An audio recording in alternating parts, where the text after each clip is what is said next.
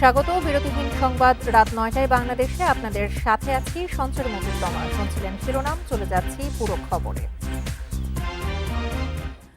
সরকারি চাকরিতে প্রবেশের বয়সসীমা সর্বোচ্চ ৩২ বছর করে সংসদে বিল পাশ হয়েছে। রোববার জনপ্রশাসন প্রতিমন্ত্রী আব্দুল বারী সরকারি চাকরি বিল ২০২৬ সংসদে উত্থাপন করেন। পরে তা বিল আকারে পাশ হয়। এর ফলে চাকরি প্রত্যাশীদের দীর্ঘদিনের দাবি কিছুটা পূরণ হলো। সংসদে প্রতিমন্ত্রী জানান, দেশ গঠনে শিক্ষিত বেকার যুবকদের আরও বেশি সুযোগ দেয়া, শ্রমবাজারে ইতিবাচক প্রভাব ফেলতে বয়সসীমা বাড়ানো হয়েছে। বিসিএস এর সব ক্যাডার, বিসিএস বহির্ভূত সরকারি চাকরি, স্বায়ত্তশাসিত সংস্থাগুলোর যেসব পদে নিয়োগের বয়সসীমা আগে ৩০ বা অনূর্ধ্ব ৩২ ছিল, সেখানে বয়সসীমা ৩২ বছর হবে। ১৪ বছর ধরে বয়সসীমা বাড়ানোর দাবিতে আন্দোলন করছেন চাকরি প্রত্যাশীরা। দীর্ঘদিন আন্দোলনের পর সংসদে তা পাশ হলো। ২০২৪ ও ২০২৫ সালে জারি করা এই বিষয়ক দুটি অধ্যাদেশকে স্থায়ী আইনি রূপ দিতেই নতুন বিল আনা হয়েছে। সরকারি চাকরি আইন ২০১৮ সনের ৫৭ নম্বর আইন সংশোধনকল্পে আনিত বিল সরকারি চাকরি সংশোধন বিল ২০২৬ সংসদে উত্থাপিত আকারে অবিলম্বে বিবেচনার জন্য গ্রহণ করা হোক। সংবিধানের সঙ্গে সাংঘর্ষিক বলেই সুপ্রিম কোর্টের বিচারপতি নিয়োগ ও সচিবালয় সম্পর্কিত অধ্যাদেশ রহিতকরণ ও হেফাজতের সুপারিশ। একথা বলছেন সংসদীয় বিশেষ কমিটির প্রধান। তিনি জানান, প্রয়োজনে ভবিষ্যতে এই সংক্রান্ত আইন করা হবে। আর বিচার বিভাগের স্বাধীনতা নিশ্চিতে আগামী অধিবেশনে এই সংক্রান্ত আইন পাশের পরামর্শ সংবিধান বিশেষজ্ঞদের। ১৯৯৯ সালে মাজদার হোসেন মামলার রায়ে বিচার বিভাগের স্বাধীনতা নিশ্চিতে ১২টি নির্দেশনা আসে। এরপর বহু বছর কেটে গেলেও বাস্তবায়ন হয়নি তা। গণ অভ্যুত্থান পরবর্তী অন্তর্বর্তী সরকার আলাদা অধ্যাদেশের মাধ্যমে সুপ্রিম কোর্টের বিচারপতি নিয়োগ বিধিমালা ও সচিবালয় গঠন করে। বর্তমান সংবিধান অনুযায়ী প্রধান বিচারপতির পরামর্শে বিচারক নিয়োগ দেন রাষ্ট্রপতি। এক্ষেত্রে তার যোগ্যতা আইন পেশায় ১০ বছরের অভিজ্ঞতা। তবে নতুন অধ্যাদেশে বলা হয়েছে, বিচারকের বয়স হতে হবে অন্তত ৪৫ বছর। রোহিতকরণ আছে, কিন্তু বিচারক নিয়োগটা কি পদ্ধতিতে হবে, কোন কোন ক্ষেত্রে কে কে বিচারক হতে পারে, সেটাই সংবিধানে সন্নিবেশিত হবে। পার্লামেন্ট যাহা আনবে, পার্লামেন্টে যাহা কিছু আলোচনা হবে, সব কিছুই তো জনগণের ইচ্ছার প্রতিফলন। সুপ্রিম কোর্ট সচিবালয় গঠন ও কার্যপদ্ধতি নিয়ে নোট অফ ডিসেন্ট আছে, তাই সংসদে আলোচনা জরুরি। সচিবালয়টা কোথায় থাকবে, কিভাবে থাকবে, সেটাও পার্লামেন্ট আলোচনা করে নির্ধারণ করলে এটা এই সংবিধানের নির্ধারণ। সংবিধান বিশেষজ্ঞরা বলছেন, বিচার বিভাগের স্বাধীনতা নিশ্চিতের মতো গুরুত্বপূর্ণ বিষয় সংসদে আলোচনার মাধ্যমে আইন পাশ হওয়া উচিত। বিচারপতি নিয়োগ, তারপরে ওই বিচার বিভাগের পৃথক সচিবালয়, এগুলি অবশ্যই প্রয়োজন। তো এখন এই যে অধ্যাদেশগুলি আছে, যেটা আপাতত তারা পাশ করছে না, আমি নিশ্চিতভাবে আশা করব যে যাচাই বাছাই করে এই অধিবেশনে না হলেও সংসদের আগামী অধিবেশনে তারা এগুলি আইন হিসেবে পাশ করবে। এই অধ্যাদেশগুলো রহিতকরণের ফলে এই প্রক্রিয়ায় আপাতত নতুন কোনো কার্যক্রম নেওয়া যাবে না। তবে হেফাজতের ফলে এ পর্যন্ত নেওয়া কোনো কার্যক্রমও বাতিল হবে না। আমরা এটা রহিত করে রেখেছি, তার কারণ হলো না হলে পরে তো কালকেই তাদেরকে চলে যেতে হবে। আমরা যদি এই আইনটা বাতিল করে দিতাম, এই 4টে অধ্যাদেশ, তাহলে পরে তাদেরকে কালকেই চলে যেতে হতো। সেটার জন্য অদূর ভবিষ্যতে আমরা বলেছি এটাকে বিল আকারে আনতে। ১৩৩ অধ্যাদেশের মধ্যে ৯৮টি হুবহু গ্রহণ করা হয়েছে, ১৫টি সংশোধনী। এছাড়া ১৬টি অধ্যাদেশ অধিক পরীক্ষা নিরীক্ষার পর আইন পাশের সুপারিশ দিয়েছে সংসদের বিশেষ কমিটি। বাকি 4টি রহিতকরণ ও হেফাজতের সুপারিশ। বন ইবনে কামাল, ইন্ডিপেন্ডেন্ট নিউজ, ঢাকা। মানবাধিকার লঙ্ঘনে জড়িত সরকারি বাহিনী সহ সবার বিরুদ্ধে স্বাধীন তদন্ত ও গুমের বিচারের জন্য করা অধ্যাদেশ সহ কিছু অধ্যাদেশ অকার্যকর করার সিদ্ধান্তে বিতর্ক চলছে। এগুলো পরে আরও শক্তিশালী করে আইন পাশের সুপারিশে অনেকের আস্থা থাকলেও বিরোধিতা করছেন অনেকেই। আইনজ্ঞরা বলছেন, এসব অধ্যাদেশের বিষয়ে ৫-৬ মাসের মধ্যে বিল পাশ না হলে সরকারের প্রতি আস্থার সংকট বাড়বে। অন্তর্বর্তী সরকারের ১৩৩টি অধ্যাদেশের মধ্যে ১৬টি নির্ধারিত সময় ১০ এপ্রিলের মধ্যে সংসদে না তুলে আপাতত বাতিল করতে চাইছে সরকার। এ নিয়ে চলছে ব্যাপক আলোচনা সমালোচনা। মাননীয় স্পিকার, বাতিল হচ্ছে গুম ও নির্যাতনের জন্য সর্বোচ্চ মৃত্যুদণ্ডের বিধান রেখে করা অধ্যাদেশ। এছাড়া রাষ্ট্রীয় প্রতিষ্ঠান ও আইনশৃঙ্খলা বাহিনীর বিরুদ্ধে মানবাধিকার লঙ্ঘনের অভিযোগ, স্বাধীনভাবে তদন্তের ক্ষমতা মানবাধিকার কমিশনকে দেওয়ার অধ্যাদেশও বাতিল হচ্ছে। সরকারি বাহিনী, কর্মকর্তা বা প্রতিষ্ঠানের বিরুদ্ধে তদন্তের আগে অনুমতি নেওয়া সহ বেশ কিছু বিষয়ে সংশোধন করতে চায় সরকার। পুলিশ বা অন্যান্য ল এনফোর্সিং এজেন্সি তাদের বিরুদ্ধে যদি ব্যবস্থা নিতে গেলে, বা সরকারি কর্মকর্তা, সচিব, অন্যান্য তাদের বিরুদ্ধে যদি ব্যবস্থা নিতে গেলে সরকারের কাছে অনুমতি চাওয়া হয়, তো এটা আমি বলবো যে এক ধরনের শিয়ালের কাছে মুরগি রাখার, মানে কাস্টডিতে রাখার ধরনের এক ধরনের ঘটনা, মানে এটার কোনো রেজাল্ট আসবে না। তো এখনও আমি আশাবাদী এই সরকার ভালো কিছু করবে বলে। যদি না করে কনসিকুয়েন্স তো ফিরে আসবে। ইতিহাস তো বারবার রিপিট হয়, আমরা সেই ইতিহাস থেকে শিক্ষা গ্রহণ করি না, এটাও আপনাদের মনে রাখতে হবে। ইতিহাস অধ্যাদেশ বাতিল করা নিয়ে ভিন্ন মত রয়েছে আইনজ্ঞদের। কারো মতে অতি গুরুত্বপূর্ণ আলোচিত কয়েকটি এখনই আইন করে পরে সংশোধন করলে বিতর্ক হতো না। অনেকে আবার একে রাজনৈতিক কৌশল হিসেবে দেখছেন। যে এই সমস্ত ভালো কাজগুলো রাজনৈতিক ক্ষেত্রে তো একটা বড় অবদান হিসেবে স্বীকৃতি পায় ভবিষ্যতে, তাই না? বিএনপি হয়তো মনে করছেন এই কাজগুলো কেন এখন যদি থেকে যায়, এই স্বীকৃতি হয়তো ডক্টর ইউনূস সাহেবের থেকে যায়, তো সেক্ষেত্রে বিএনপি হয়তো মনে করছে যে এটা আমরা করবো, আমাদের স্বীকৃতি থাকবে যে আমরা এই ভালো কাজগুলো করছি। এটাও হতে পারে, রাজনৈতিক মারপ্যাচ তো অনেক কিছু হতে পারে। আপনি একটা আইনকে কলমের তুড়াই আপনি না করে দিলেন, আইনের ত্রুটি থাকতে পারেন, আপনি পরে অ্যামেন্ড করেন আইনটাকে। কেন আইন চলে যাবে? কেন এই শূন্যতা, কেন এই ভ্যাকুয়াম সৃষ্টি হবে? এটা তো হওয়া উচিত নয়। সংশোধিত আকারে সংসদে উঠতে যাওয়া 15টি অধ্যাদেশের মধ্যে বেশ আলোচনায় আওয়ামী লীগের কার্যক্রম নিষিদ্ধ করা সন্ত্রাস বিরোধী অধ্যাদেশটিও। আরও কঠোর শাস্তির বিধান রাখতে চায় সরকার। Zahidul Bashar, Independent News, Dhaka. অহেতুক ইস্যুতে দেশকে অস্থির করার চেষ্টা চলছে বলে মন্তব্য করেছেন স্থানীয় সরকার মন্ত্রী ও বিএনপির মহাসচিব মির্জা ফখরুল ইসলাম আলমগীর। বলেন, যে জুলাই সনদে সই করা হয়েছে তা অক্ষরে অক্ষরে পালন করবে বিএনপি। স্টার সানডে উপলক্ষে বিকেলে রাজধানীর রমনায় আর্চবিশপ হাউসে শুভেচ্ছা বিনিময় অনুষ্ঠানে তিনি কথা বলেন। মির্জা ফখরুল বলেন, জনগণের আকাঙ্ক্ষা পূরণে 17 বছর আন্দোলন হয়েছে। সংস্কারের পরিকল্পনা বিএনপির 31 দফায় আগেই নেওয়া হয়েছে। অনেকে ভুলভাবে সবকিছু উপস্থাপন করার চেষ্টা করছেন। অহেতুক কিছু বিষয় নিয়ে সমস্যা তৈরি করা হচ্ছে। বিএনপি শান্তি চায়, তাই বাংলাদেশকে সম্পূর্ণ অসাম্প্রদায়িক সাম্যের দেশ হিসেবে গড়তে চায় বলেও জানান মির্জা ফখরুল ইসলাম আলমগীর।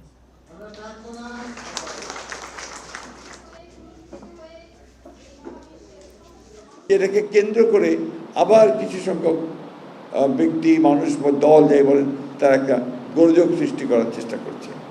আমরা খুব পরিষ্কার করে বলেছি যে আমরা জুলাই সনদ যেটা স্বাক্ষর করেছি সেটাকে আমরা অক্ষরে অক্ষরে প্রতিপালন করব। 24 জুলাই গণঅভ্যুত্থানে চট্টগ্রামে ওয়াসিম সহ 6 জনকে হত্যার ঘটনায় সাবেক এমপি ফজলে করিম চৌধুরী সহ 22 জনের বিরুদ্ধে ট্রাইব্যুনালে আনুষ্ঠানিক অভিযোগ দাখিল করেছে প্রসিকিউশন। রোববার ট্রাইব্যুনাল 2-এ তদন্ত সংস্থার দেওয়া চূড়ান্ত প্রতিবেদন আনুষ্ঠানিক অভিযোগপত্র হিসেবে দাখিল করা হয়। তবে এই বিষয়ে আজ শুনানি হয়নি। পরে অভিযোগপত্র আমলে নিতে শুনানি করবেন চিফ প্রসিকিউটর। 24 16 জুলাই ছাত্রদল নেতা ওয়াসিম আকরাম চট্টগ্রাম শহরে মুরাদপুরে নিহত হন। জুলাইয়ের আন্দোলনে চট্টগ্রামের বিভিন্ন এলাকায় আরও 5 জন নিহত হন। এসব ঘটনায় ট্রাইব্যুনালের তদন্ত সংস্থা 22 জনকে আসামি করে প্রতিবেদন দাখিল করে। আসামি করা হয় সাবেক মন্ত্রী হাসান মাহমুদ, মহিবুল হক চৌধুরী নওফেল, সাবেক সিটি মেয়র আ.জ.ম নাসির ও সাবেক এমপি ফজলে করিম চৌধুরী সহ যুবলীগ, ছাত্রলীগের 22 নেতাকর্মীকে আসামি করা হয়েছে। এর আগে এই মামলার আসামিদের মধ্যে 15 জনের বিরুদ্ধে গ্রেপ্তারি পরোয়ানা জারি করা হয়েছিল। বাকিদের গ্রেপ্তারি পরোয়ানার আবেদন করবে প্রসিকিউশন। এর মধ্যে সাবেক এমপি ফজলে করিম চৌধুরী গ্রেপ্তার রয়েছেন।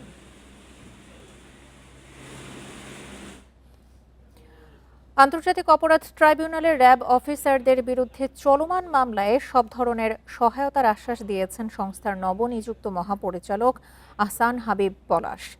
এক ব্রিফিংয়ে তিনি এই মন্তব্য করে বলেন, র্যাব বিলুপ্ত হবে কিনা সে বিষয়ে সরকার সিদ্ধান্ত নেবে। তবে রাষ্ট্রীয় কাজে দায়িত্বশীল ভূমিকা রাখলে র্যাবের ভাবমূর্তি উজ্জ্বল হবে।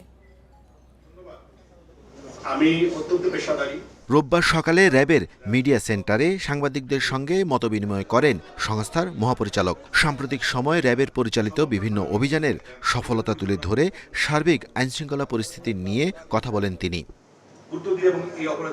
আইনশৃঙ্খলা রক্ষা ও জঙ্গি দমনে পেশাদার বাহিনী হিসেবে র্যাবের প্রয়োজনীয়তা তুলে ধরে মহাপরিচালক বলেন, ভবিষ্যতে আরও ভালো কাজের মাধ্যমে প্রতিষ্ঠানের ভাবমূর্তি উজ্জ্বল করা সম্ভব। র্যাবের এখানে থাকার প্রয়োজনীয়তা সম্পর্কে কোনো দ্বিমত নেই, এবং আমি বাইরে থেকে যা দেখেছি, আমি এসে আরও বেশি স্ট্রাকচার্ড, আরও আমার ইমপ্রেশন আরও ভালো হয়েছে নিঃসন্দেহে বলা চলে। এবং আমি মনে করি এই সংগঠনকে সামনের দিকে এগিয়ে নিয়ে যাওয়া সম্ভব, এবং আমি চাই ব্যক্তিগতভাবে একটি পেশাদার, মানবিক এবং প্রযুক্তি নির্ভর একটা সংগঠন গড়ে উঠুক। র্যাব বিলুপ্ত হচ্ছে কিনা এমন প্রশ্নে তিনি বলেন, এই সিদ্ধান্ত নেবে সরকার। তবে নানা অভিযোগে অভিযুক্ত র্যাব কর্মকর্তাদের বিচার প্রক্রিয়াকে এগিয়ে নিতে ট্রাইব্যুনালকে দায়িত্বশীলতার সঙ্গে সব ধরনের সহায়তা করা হবে। বিচার প্রক্রিয়ার সাথে সম্পর্কিত যে কোনো বিষয় আমাদের কাছে সহায়তা চাওয়া হলে আমরা সর্বোচ্চ সহায়তা প্রদান করব। আমাদের কাছে যা আছে, যেটুকু তথ্য থাকবে তার ভিত্তিতে যতটুকু সাধ্যমতো সামর্থ্যের মধ্যে তথ্য আমাদের কাছে আছে, তা আমরা বিচার প্রক্রিয়াকে এগিয়ে নিয়ে যেতে প্রয়োজনীয় সহায়তা করব। এখন পর্যন্ত করেছে বলে আমার জানা নেই। সারা দেশে জলদস্যুতা, জঙ্গিবাদ ও সন্ত্রাসবাদ দমনে র্যাব কাজ করছে বলে জানান প্রতিষ্ঠানের নবনিযুক্ত মহাপরিচালক। Arafatur Rahman, Independent News, Dhaka. লক্ষ্মীপুর শহরে বৈষম্য বিরোধী ছাত্র আন্দোলন ও জুলাই ফাইটার্স পাল্টাপাল্টি কর্মসূচি ডাকায় ১৪৪ ধারা জারি করেছে প্রশাসন।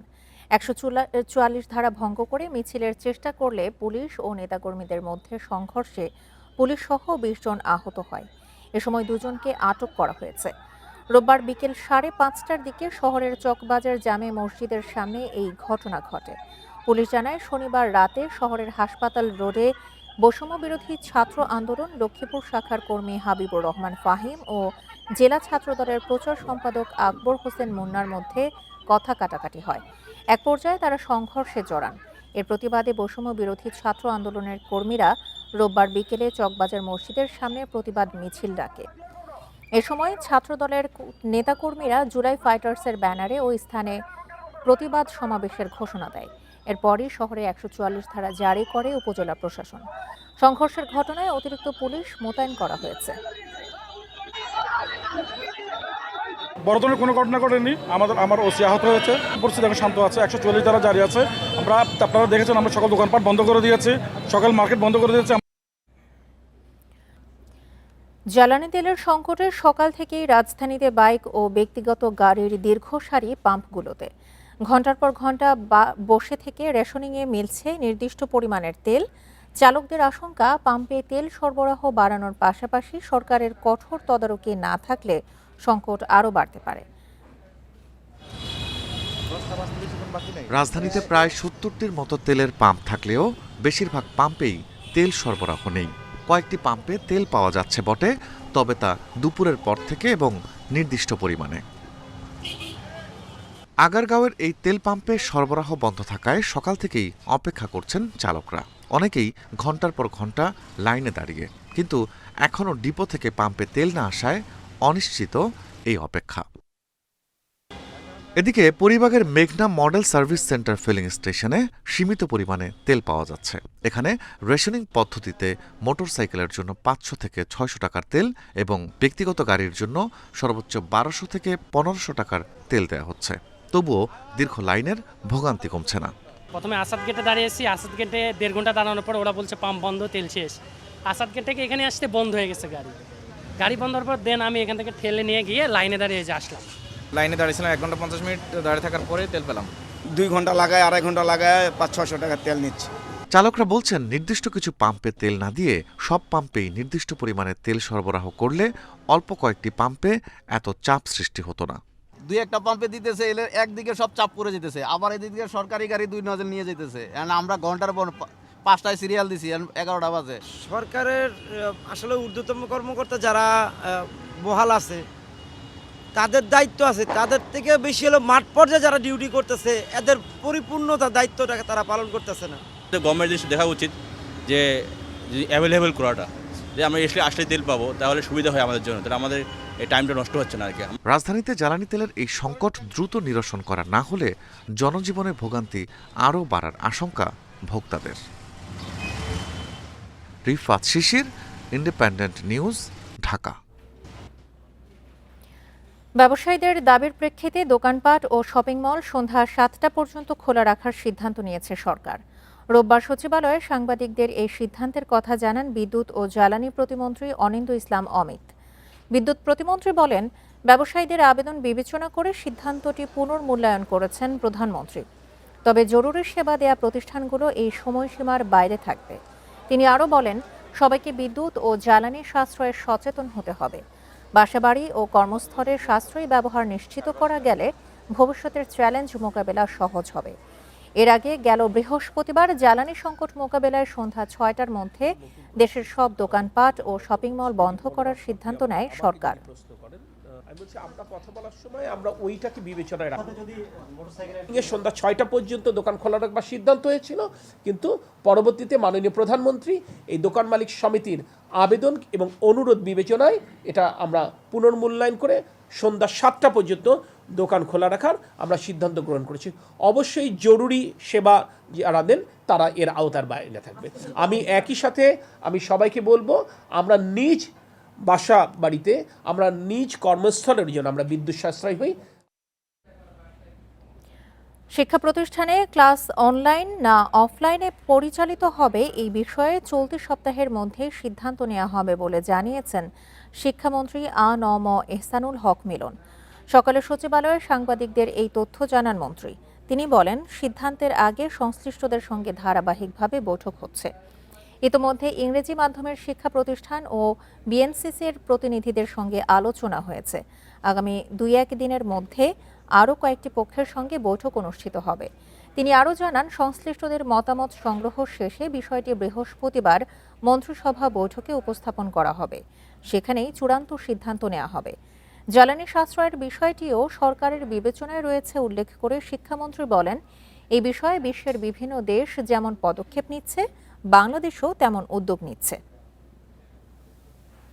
মাননীয় প্রধানমন্ত্রী ক্যাবিনেট মিটিংয়ে আমাদেরকে নির্দেশনা দিয়েছেন, স্টেক হোল্ডারদের সাথে কথা বলে আলোচনা সাপেক্ষে অনলাইন অফলাইন কিভাবে এটাকে সিস্টেম্যাটিক্যালি ডিস্ট্রিবিউশন করা যায় facing toward the fuel crisis, সেই ব্যাপারে আমরা স্টেক হোল্ডারের সাথে এখনো বসতে পারিনি। আজকে জাস্ট ওপেনিং ডে, আমরা কাল পরশু স্টেক হোল্ডারদের সাথে বসে এই বিষয়ে আমরা সিদ্ধান্ত নেব। যুক্তরাষ্ট্রের সঙ্গে বাংলাদেশের কোনো গোপন চুক্তি নেই। রোববার দুপুরে সচিবালয়ে এই দাবি করেন পররাষ্ট্রমন্ত্রী। বলেন, রাশিয়ার তেল কেনার সাথে মার্কিন চুক্তির কোনো সম্পর্ক নেই। তবে এই নিয়ে অনেক দেশেই নিষেধাজ্ঞা দিয়েছে যুক্তরাষ্ট্র। ডক্টর খলিলুর রহমান বলেন, সাশ্রয়ী মূল্যে যে কোনো উৎস থেকে তেল কিনতে পারবে বাংলাদেশ। 9 ফেব্রুয়ারি যুক্তরাষ্ট্রের সঙ্গে বাণিজ্য চুক্তি করেছে অন্তর্বর্তী সরকার। একে দেশের স্বার্থ বিরোধী বলে মন্তব্য করেছেন অর্থনীতিবিদরা। মার্কিন যুক্তরাষ্ট্রের সাথে যে চুক্তি করেছে, সেই চুক্তির অধীনে যেই প্রতিযোগিতায় নাই। মধ্যপ্রাচ্যে যুদ্ধের প্রভাবে তেলের সংকট হওয়ায় সেই চুক্তি আবার আলোচনায় এসেছে। কারণ রাশিয়া থেকে তেল কিনতে চায় বাংলাদেশ, কিন্তু সেজন্য অনুমতি নিতে হচ্ছে যুক্তরাষ্ট্রের। সচিবালয়ে প্রধানমন্ত্রীর সঙ্গে সাক্ষাৎ করেন মার্কিন রাষ্ট্রদূত। পরে সাংবাদিকদের সঙ্গে কথা বলেন পররাষ্ট্রমন্ত্রী ডক্টর খলিলুর রহমান। বলেন, শুধু বাংলাদেশ নয়, রাশিয়ার তেল কিনতে অনেক দেশেরই অনুমতি নিতে হচ্ছে। এর সাথে মার্কিন চুক্তির কোনো সম্পর্ক নেই। এই চুক্তির কারণে আমাদেরকে আমেরিকার কাছে পারমিশন চাইতে হচ্ছে, একেবারে মিথ্যে কথা। এই রাশিয়ান তেল কেনার ব্যাপারে সব দেশের উপরে রেস্ট্রিকশন আছে, আমেরিকান রেস্ট্রিকশন। সুতরাং আপনাকে সেই রেস্ট্রিকশনের ওয়েভার চাইতে হবে। এটার সঙ্গে চুক্তির, বাণিজ্য চুক্তির কোনো সম্পর্ক নেই। এ সময় তিনি আরও বলেন, বাংলাদেশের সঙ্গে যুক্তরাষ্ট্রের কোনো গোপন চুক্তি হয়নি। যুক্তরাষ্ট্রের সঙ্গে আমাদের কোনো গোপন চুক্তি নাই। এই যে চুক্তি, সেটা আমরা প্রকাশ করে দিয়েছি। তো দুনিয়াতে আমরা সবচাইতে সাশ্রয়ী যে সমস্ত সোর্স, সেটা ভারত হোক, সেটা মধ্যপ্রাচ্য হোক, সেটা যুক্তরাষ্ট্র হোক, আমরা সব জায়গাতেই চেষ্টা করছি। পররাষ্ট্রমন্ত্রীর আশা, বাংলাদেশের জ্বালানি নিরাপত্তায় সহযোগিতা করবে যুক্তরাষ্ট্র। Hasib Mahmud Shah, Independent News, Dhaka. এবার জানাবো খেলার খবর, আর শুরুতেই থাকছে শিরোনাম। বিসিবি নির্বাচনের তদন্ত রিপোর্ট এনএসসিতে, আইসিসিকে জানিয়েই হবে চূড়ান্ত সিদ্ধান্ত, জানালেন প্রতিমন্ত্রী।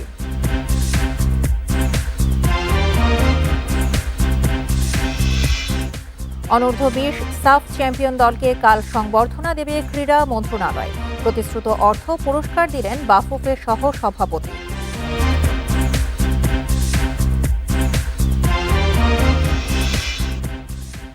বিসিবির বৈধতা প্রসঙ্গে নির্দিষ্ট কার্যদিবসের আগেই জাতীয় ক্রীড়া পরিষদে প্রতিবেদন জমা দিয়েছে তদন্ত কমিটি। বোর্ডের নির্বাচনে অসঙ্গতি পাওয়া গেল কিনা তা জানা যাবে দ্রুতই। সাবেক ক্রীড়া উপদেষ্টা আসিফ মাহমুদ তদন্ত কমিটির ডাকে সাড়া দেয়নি, তবে নির্বাচনে অনিয়মের অভিযোগের সত্যতা মিলেছে। চিঠির মাধ্যমে বিসিবি সভাপতির মতামত দেয়াকে ভালোভাবে নেয়নি তদন্ত কমিটি। 15 কার্য দিবস পূর্ণ হয়নি, তার আগেই তদন্ত কমিটির সদস্যরা ক্রীড়া পরিষদে প্রায় 1000 পৃষ্ঠার প্রতিবেদন, সাথে বিসিবি নির্বাচন নিয়ে অনিয়ম হয়েছে কিনা, কেমন ছিল সেই প্রক্রিয়া, সবকিছুই আছে সেখানে। তবে প্রশ্ন থেকে যায়, যার সময় নির্বাচন, যার প্রভাব সবচেয়ে বেশি ছিল, সেই আসিফ মাহমুদ তো সাড়া দেননি কমিটির ডাকে। ক্লাব সংক্রান্ত জটিলতা অথবা জেলা ও বিভাগীয় কাউন্সিলর নির্ধারণে যে প্রভাব বিস্তারের অভিযোগ, তার উত্তর পাওয়া যাবে কি করে? আসলে দেখেছেন যে ওনার কোনো বক্তব্য শোনার জন্য কিছু বলতে চান কিনা সেই জন্য, অ্যাকুজ করার জন্য না। আমরা কিন্তু ওনাকে সময় দিয়ে টাকা হয়েছিল, উনি আমাদের কাছে আসেন না। বিসিবির কয়েকজন পরিচালক ও নির্বাচন কমিশনের সদস্যরাও সশরীরে হাজির হননি। লিখিত ব্যাখ্যা দিয়েছেন তারা। সেই তালিকাতে আছেন সভাপতি আমিনুল ইসলাম বুলবুল। অ্যাকুজ করি নাই, কোনো চার্জ ফ্রেম করি নাই, আমরা কাউকে অভিযুক্ত করে কাউকে তার বিরুদ্ধে আমরা ক্রিমিনাল ট্রায়াল যেমন 342-র মাধ্যমে নিয়ে আসতে হয়, জানতে হয়, আমরা এই প্রসিডিউর যাইনি। কিন্তু ওইভাবে এটা আমাদের সিস্টেমে ছিল না। আমরা ইনকোয়ারি করে দেখছি সিস্টেম মতনভাবে আইনভাবে যে বলা আছে সেভাবে প্রসিডিউর মেনটেন করা হয়েছে কি হয় না, এইটুকুই আমরা আর কিছু না। প্রতিবেদন ঘিরে ইতিমধ্যে গুঞ্জন শুরু হয়েছে ক্রিকেট অঙ্গনে। বিস্তারিত না জানলেও এনএসসিকে কিছু সুপারিশ দিয়েছে কমিটি। আমরা সুপারিশ করেছি কিছু, আপনারা দেখে নিন। সুপারিশ আমরা করেছি, সুপারিশ করেছি যেটা হয়তো তদন্ত কমিটির কাজ শেষ, রিপোর্ট পর্যালোচনা করে দ্রুতই সিদ্ধান্ত জানাবে ক্রীড়া পরিষদ। Mazharul Islam, independent news. বিসিবির নির্বাচন নিয়ে তদন্ত কমিটির রিপোর্ট আইসিসির কাছে পাঠাবে ক্রীড়া মন্ত্রণালয়। এরপরই বোর্ডের বিষয়ে চূড়ান্ত সিদ্ধান্ত নেওয়া হবে বলে জানিয়েছেন ক্রীড়া প্রতিমন্ত্রী। এদিকে পরিচালকদের পদত্যাগ নিয়ে সাবেক ক্রীড়া উপদেষ্টা আসিফ মাহমুদের পোস্ট নিয়েও কথা বলেন আমিনুল। জানান, তদন্ত কমিটির ডাকে সাড়া না দেওয়ায় ব্যবস্থা নেওয়া হবে। তদন্ত কমিটি এসে তদন্ত প্রতিবেদন তারা দিয়ে গেছে এবং আমরা দেওয়ার পরে তাৎক্ষণিকভাবে এখানে আন্তঃমন্ত্রণালয়ের একটি মিটিং ডেকেছিলাম আমি, এবং সেই মিটিংয়ে আমরা আলাপ আলোচনা করেছি এবং আমরা আমাদের যে আইসিসি রয়েছে সেই আইসিসিকে তদন্ত রিপোর্টটি অবগত করার পরে আমরা পরবর্তী সিদ্ধান্ত গ্রহণ করব ইনশাআল্লাহ। তিনি অংশগ্রহণ করেননি, নিশ্চয়ই সেই তদন্ত প্রতিবেদনের ভিতরে রয়েছে এবং আমরা সেটি যাচাই বাছাই করেছি যে তিনি উপস্থিত হননি, সেটিও আমি দেখেছি। সো এটা আমরা পরবর্তী সিদ্ধান্ত আইসিসির সাথে কথা বলে তারপরে আমি সিদ্ধান্তগুলো জানাবো আপনার। একের পর এক পরিচালকের পদত্যাগে নড়বড়ে অবস্থায় বিসিবি। এমন অবস্থা চলতে থাকলে স্বাভাবিক কার্যক্রম ভেঙে পড়ার পাশাপাশি অস্তিত্ব টিকিয়ে রাখা চ্যালেঞ্জ হবে বর্তমান বোর্ডের। বোর্ড ভেঙে যেতে পারে এমন গুঞ্জন ছাড়াও পুনরায় সুষ্ঠু নির্বাচন নিয়েও আলোচনা জোরালো হচ্ছে। নির্বাচন পেরোনোর 6 মাসের মধ্যে বিসিবিতে দুরবস্থা। নতুন বোর্ডের চতুর্থ সভার দিন একযোগে 4 পরিচালকের পদত্যাগ। সব মিলিয়ে 7 জন সরে যাওয়ায় পরিচালক সংখ্যা 25 থেকে নেমেছে 18-তে। চরম অস্থিরতায় আপাতত টালমাটাল বিসিবি। ওপরে ওপরে কার্যক্রম চললেও ভেতরের সংকট দৃশ্যমান। ব্যক্তিগত কারণ, মতবিরোধ, স্বাধীনভাবে কাজ করতে না পারার বিভিন্ন কারণ দেখিয়ে একে একে সরে দাঁড়িয়েছেন পরিচালকরা। সংখ্যাটা আরও বাড়ার আগে ভেঙে দেয়া হতে পারে বোর্ড, এমনও গুঞ্জন আছে। বিসিবির গুমোট পরিস্থিতির মাঝে বাংলাদেশ সফরে আসবে নিউজিল্যান্ড। এরপরেও রয়েছে ঘরের মাঠে আরও কিছু সিরিজ। মিরপুরে স্কিল ফিটনেস ক্যাম্প শুরু করেছে ক্রিকেটাররা।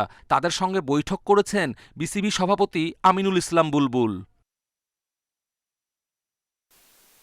অস্তিত্ব টিকিয়ে রাখার লড়াই, পরিচালকদের পদত্যাগের তালিকা আরও লম্বা হলে স্বয়ংক্রিয়ভাবে নিষ্ক্রিয় হয়ে যাবে কি বর্তমান বোর্ড? গঠনতন্ত্রে এ নিয়ে পরিষ্কার কোনো বার্তা নেই। পরিচালকরাও নিজেদের ভবিষ্যৎ নিয়ে খুব একটা ভাবছেন না, নাকি দুশ্চিন্তা দেখাতে চাইছেন না। অস্ট্রেলিয়াতে থাকলে তুমি আমার এখানে দেখতা, আর ইয়েতে ভবিষ্যতে কিছু হয় উই আর নট ওয়ারিড। আমরা যে কাজ আমাদের করার কথা আমরা সেদিকে আসলে লক্ষ্য রাখছি, আর যেটা হবার সেটা হবে। তদন্ত কমিটির রিপোর্ট জমা পড়েছে ক্রীড়া পরিষদে। সেটা পর্যালোচনার পর ঠিক কখন বিসিবির ভাগ্য নির্ধারণ হয় সেটাই দেখার অপেক্ষা। কপিল পাল, ইন্ডিপেন্ডেন্ট নিউজ। অনূর্ধ্ব-20 সাফ চ্যাম্পিয়ন দলকে কাল সংবর্ধনা দেবেন যুব ও ক্রীড়া প্রতিমন্ত্রী আমিনুল হক। জাতীয় ক্রীড়া পরিষদের অডিটোরিয়ামে সকাল 11টায় শুরু হবে এই অনুষ্ঠান। শনিবার দেশে ফেরার পর সাফ জয়ী ফুটবলারদের ফুল দিয়ে বরণ করে নেন ক্রীড়া প্রতিমন্ত্রী ও বাফুফে কর্মকর্তারা। এরপর ছাদখোলা বাসে লাখো সমর্থকদের ভালোবাসায় সিক্ত হয়ে হাতিরঝিলের এমফি থিয়েটারে পৌঁছায় ফাহিম সুলিভানরা। সেখানে বাফুফের সংবর্ধনা পায় চ্যাম্পিয়নরা। ফুটবলারদের প্রত্যেককে 1 লাখ ও কোচিং স্টাফদের 50,000 টাকা করে অর্থ পুরস্কার দিয়েছেন বাফুফের সহ সভাপতি নাসের শাহরিয়ার জাহেদি। শুটিং স্পোর্ট ফেডারেশনের গুলির হিসাবে গরমিল থাকা নিয়ে তদন্ত কমিটি হলেও তাতে সমাধান আসেনি। আবার সাবেক যুগ্ম সাধারণ সম্পাদকের বিরুদ্ধে শুটার শারমিন আক্তার রত্নার অভিযোগের কোনো সত্যতা খুঁজে পায়নি women's support and investigation division. অভিযুক্ত হায়দার জানান, ফেডারেশনের কাজে বাধা দেওয়ার জন্য মামলা দেওয়া হয়েছিল তার বিরুদ্ধে। ফায়ারআর্মস, রাইফেল ও পিস্তলে সাধারণত ব্যবহৃত হয় .22 ক্যালিবারের কার্তুজ, অথচ শুটিং ফেডারেশনের অস্ত্রাগারে 9mm ও 7.62 রাইফেলের গুলি, যা কখনোই শুটাররা ব্যবহার করে না। সঙ্গে গুলির হিসেবে গরমিল। তদন্তে নামে ফেডারেশন। 5ই আগস্ট পরবর্তী অ্যাডহক কমিটি সেই তদন্তে অসহযোগিতা করে দেশের রাইফেলস ক্লাবগুলো। এমনকি ফেডারেশনে এসে সাধারণ সম্পাদকের সঙ্গে সাবেক শুটারদের বাজে ব্যবহারের ফুটেজ ধরা পড়ে সিসিটিভির ক্যামেরায়। ইনভেন্টরিটা হয়েছিল কিন্তু একজন সরকারি ম্যাজিস্ট্রেট দ্বারা, আমরা নিজেরা করিনি। সংস্থা ছাড়া কেউ ব্যবহার করতে পারবে না। সেগুলি আমাদের এখানে পাওয়া গেছে, যেটা কোনোভাবে পাওয়া সম্ভব না। কিভাবে আসলো, কি হলো, এবং আমরা 2022-এর আগের কোনো তথ্য পাচ্ছি না। ঘটনা ধামাচাপা দিতে সামনে আসে নতুন ঘটনা। 2 সাবেক শুটার রত্না ও কলির অভিযোগের ভিত্তিতে এনএসসি সরিয়ে দেয় সাবেক যুগ্ম সাধারণ সম্পাদককে। এটার নেপথ্যে যে ঘটনাটা ঘটেছে, মূল কারণ হলো ইনভেন্টরি। এই ইনভেন্টরি করাতে আজকে আমার এই দশা। এই মামলার ভিতরে যা বলা হয়েছে সম্পূর্ণ মিথ্যা, এবং তারা সজমিনে এসে শুনি ফেডারেশনে তদন্ত করেছে, তদন্ত করে দেখে তারপরে রিপোর্টটা দিয়েছে। এখন যেই জঘন্য একটা এনভায়রনমেন্ট হয়ে আছে ফেডারেশনে, পা দিলেই মনে হয় যে আমরা হয়তো বা রেপিস্টদের একটা এরিয়াতে চলে আসছি। তবে গুলির হিসেবে 9/6, যার হিসেব এখনো মেলেনি। পুলিশের উইমেন্স সাপোর্ট অ্যান্ড ইনভেস্টিগেশন ডিভিশনের তদন্তে রত্না কলির নিপীড়নের অভিযোগ প্রমাণ হয়নি। ক্লাবে অস্ত্র সরবরাহে ঘুষ, শুটারদের মাধ্যমে বিদেশ থেকে অস্ত্র এনে বিক্রি নিয়েও বিভিন্ন সময় নানা অভিযোগ এলেও তার কোনোই সুরাহা হয়নি। Shamim Ahmed, independent News, Dhaka. এই ছিল খেলার খবরে। এবার জানাবো ভিন্ন প্রসঙ্গ।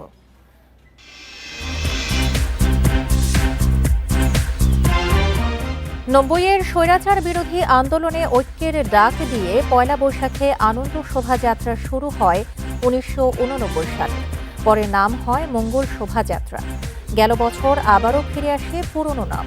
এবার এলো নতুন নামের ঘোষণা। মঙ্গল বা আনন্দ শব্দ বাদ বৈশাখী শোভাযাত্রা নামেই চারুকলা থেকে বের হবে নববর্ষের এই বর্ণাঢ্য আয়োজন। জাঁকজমকপূর্ণ শোভাযাত্রার প্রস্তুতি চলছে ঢাকা বিশ্ববিদ্যালয়ের চারুকলা ইনস্টিটিউটে।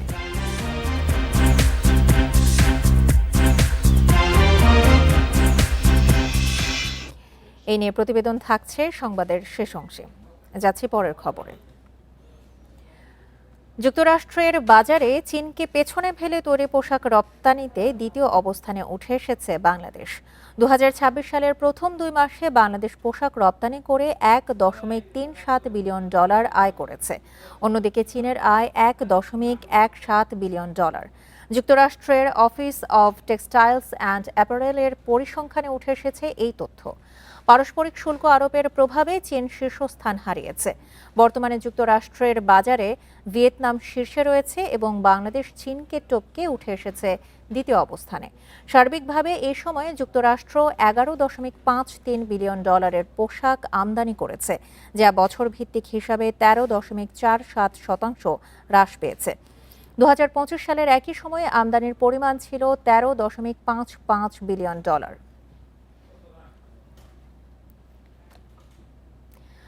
মূল্যস্ফীতি, কর্মসংস্থান সংকট ও মধ্যপ্রাচ্যের যুদ্ধ, এই 3 বিষয় মিলিয়ে অর্থনীতিতে চরম ঝুঁকি দেখছেন নীতি নির্ধারকেরা। পরিস্থিতি মোকাবেলায় সবার সহযোগিতা চায় সরকার। একে তাৎক্ষণিক চ্যালেঞ্জ হিসেবে না দেখে দীর্ঘমেয়াদী টেকসই পরিকল্পনার তাগিদ অর্থনীতিবিদদের। মূল্যস্ফীতি দাঁড়িয়েছে 9.81%, দারিদ্র্যের হার বেড়েছে 27.93% পর্যন্ত। এমন পরিস্থিতির মধ্যে পড়েছে নতুন সরকার। এছাড়া জনগণের প্রত্যাশাও অনেক। নীতি নির্ধারকরা স্বীকার করছেন অর্থনীতির সব সূচক ভালো নেই। রিজার্ভ ভালো থাকলেও মূল্যস্ফীতি সন্তোষজনক নয়। অর্থনীতিতে চলমান সংকট, নির্বাচনী ইশতেহার বাস্তবায়ন এবং মধ্যপ্রাচ্যেও যুদ্ধ, এগুলোকে বাজেট প্রণয়নের বড় চ্যালেঞ্জ মনে করা হচ্ছে। আমরা যদিও বলছি যে আমাদের ম্যাক্রো ইকোনমিক লো লেভেল ইকোনমিতে আছি, এর অনেকগুলো ইন্ডিকেটরই খুব একটা ভালো অবস্থায় নাই। অতিরিক্ত দামে আমাদের জ্বালানি কিনতে হচ্ছে, এটা আবার তার উপরে। সুতরাং একটা 3-ওয়ে চ্যালেঞ্জ আর কি, অনেক বড় চ্যালেঞ্জ। কয়েক বছর ধরে স্থবির অর্থনৈতিক প্রবৃদ্ধি, 3-4% প্রবৃদ্ধি হচ্ছে, যা প্রত্যাশার তুলনায় অনেক কম। এছাড়া জ্বালানি সংকট বিনিয়োগের প্রধান বাধা হয়ে দাঁড়িয়েছে। অর্থনীতিবিদরা বলছেন পরিস্থিতির উন্নয়নে সামাজিক সুরক্ষা কর্মসূচি সঠিক মূল্যায়ন জরুরি। এড়িয়ে যেতে হবে মেগা প্রকল্প, বাদ দিতে হবে অপ্রয়োজনীয় সরকারি খরচ। বিভিন্ন ধরনের সোশ্যাল সেফটি নেট স্কিমগুলো চালু রয়েছে, সেটি যাতে কার্ডের মাধ্যমে একটা আমব্রেলার ভিতরে যাতে আসে, যাতে একই পরিবারকে একাধিক বিভিন্ন রকমের সুবিধা যাতে এই মুহূর্তে না দিতে হয়। ফলে এইভাবে সরকারের ব্যয়ের কাঠামোটিক সংকোচন করার প্রয়োজন রয়েছে। প্রকল্পগুলোর মূল্যায়ন, যে কোন প্রকল্পগুলা না করলেই নয়, শুধুমাত্র সেই সমস্ত প্রকল্প রেখে অন্যান্য প্রকল্পগুলা বিবেচনা প্রসূত সিদ্ধান্ত নিলে সরকার অনেকটা ভালো করবে। অর্থনৈতিক সংকট কাটিয়ে উঠতে টেকসই নীতির ওপর জোর দিয়েছেন বিশেষজ্ঞরা। Shahid Ahmed, independent News, Dhaka. টানা 4 মাস ধরে বৃদ্ধির পর মূল্যস্ফীতি আবারও কমল। মার্চ মাসে সার্বিক মূল্যস্ফীতি কিছুটা কমে 8.71% হয়েছে। ফেব্রুয়ারি মাসে মূল্যস্ফীতি 9% ছাড়িয়ে গিয়েছিল। বাংলাদেশ পরিসংখ্যান ব্যুরোর তথ্য অনুযায়ী মার্চ মাসে খাদ্য খাতে মূল্যস্ফীতি কমে 8.24% নেমে এসেছে, যা ফেব্রুয়ারি মাসে ছিল 9.30%। অন্যদিকে খাদ্য বহির্ভূত খাতে মূল্যস্ফীতি কিছুটা বেড়ে এই বছরের মার্চে দাঁড়িয়েছে 9.09%, যা ফেব্রুয়ারি মাসে ছিল 9.01%। এদিকে গত মার্চ মাসে জাতীয় মজুরি হার হয়েছে 8.09%, অর্থাৎ যত মূল্যস্ফীতি হয়েছে এর চেয়ে মজুরি কম বেড়েছে। ফলে বাজার থেকে পণ্য কিনতে ভোগান্তি বাড়ছে। চট্টগ্রাম বন্দর কেন্দ্রিক মেগা প্রকল্পগুলোর অগ্রগতি পুনর্বিবেচনার কথা ভাবছে সরকার। ব্যয়ের সাথে আয় ও কর্মসংস্থান সামঞ্জস্যপূর্ণ না হলে এসব প্রকল্প বাতিল হতে পারে বলেও আভাস মিলেছে। তবে বন্দর ব্যবহারকারী ও সংশ্লিষ্টরা বলছেন, গুরুত্ব বিবেচনায় প্রকল্পের কাজ অগ্রাধিকার ভিত্তিতে এগিয়ে নেওয়া জরুরি। বে টার্মিনাল, লালদিয়াচর টার্মিনাল ও মাতারবাড়ি গভীর সমুদ্র বন্দর, এই 3 মেগা প্রকল্প নিয়ে প্রায় 1 দশক ধরে চট্টগ্রাম বন্দরে কাজ চলছে। বে টার্মিনালের কাজ শুরু হয় 2024 সালের শুরুতে। এই টার্মিনালে $800 কোটি বিদেশি বিনিয়োগের কথা জানিয়েছিল বন্দর। আমরা যেটা চাই যে বে টার্মিনালটা একটু লাইভে আসুক। 2015 সাল থেকে আমরা দেখছি যে সেটা ফার্স্ট ট্র্যাক প্রকল্প হিসাবে আছে, কিন্তু বাস্তবতা কিন্তু আসলে প্রতিফলিত হয় নাই। মাতারবাড়িতে প্রায় 18,000 কোটি টাকার গভীর সমুদ্র বন্দর চ্যানেল উদ্বোধন হয় 2023 সালের নভেম্বরে। এর বাইরে লালদিয়াচর টার্মিনালের কাজও অনেক দূর এগিয়েছে। 3,000 কোটি টাকার এই প্রকল্প বেশ গুরুত্বপূর্ণ। তবে বর্তমান বৈশ্বিক প্রেক্ষাপটে বিদেশি বিনিয়োগ, ঋণ ও অর্থনৈতিক গুরুত্ব, পরিবেশের উপর প্রভাব বিবেচনা করেই মেগা প্রকল্পের কাজ এগিয়ে নেওয়ার কথা ভাবছে নতুন সরকার। অনেকগুলো প্রজেক্ট রিভিউ হবে, যেগুলো একেবারে বন্ধ করা সম্ভব না সেটা তো অন্য কথা, যেগুলো বন্ধ করা সম্ভব। আর আগামীতে আমাদের যে প্রকল্পের ভিত্তি হবে যে ভ্যালু ফর মানি, আমি যে টাকাটা খরচ করবে এটা একটা মূল্যমান থাকতে হবে। মেগা প্রকল্প নিয়ে মিশ্র প্রতিক্রিয়া বন্দর ব্যবহারকারী ও সংশ্লিষ্টদের। অতীতে বিভিন্ন প্রকল্পে দুর্নীতি ঘিরেও আছে নানা জল্পনা কল্পনা। কোন সরকার নিল আর কোন সরকার, এটা একটা ধারাবাহিক প্রক্রিয়া এবং এই সরকারের কাছে আমাদের প্রত্যাশা হলো যত দ্রুত সম্ভব এই প্রকল্পগুলোকে বাস্তবায়ন করা খুবই জরুরি। লালদিয়াচরের চুক্তিটি আদৌ করা যাবে কি যাবে না, এই বন্দরটিকে রক্ষা করার জন্য আমাদের সকলেরই আন্তরিক হওয়া উচিত। সরকারের কাছে প্রত্যাশা করব সরকার নিশ্চয়ই এই বিষয়ে একটা পদক্ষেপ গ্রহণ করবে। দেশের আমদানি রপ্তানির মোট 92% পরিবহন হয় চট্টগ্রাম বন্দর দিয়ে। অনুপম শীল, ইন্ডিপেন্ডেন্ট নিউজ, চট্টগ্রাম। চট্টগ্রামে ফসিউর রহমান শাওন নামের এক শিক্ষার্থীকে হত্যা মামলায় 5 জনকে মৃত্যুদণ্ড দিয়েছে আদালত। বিকেলে চট্টগ্রামের ষষ্ঠ অতিরিক্ত জেলা ও দায়রা জজ মোহাম্মদ আলী আক্কাস এই রায় ঘোষণা করেন।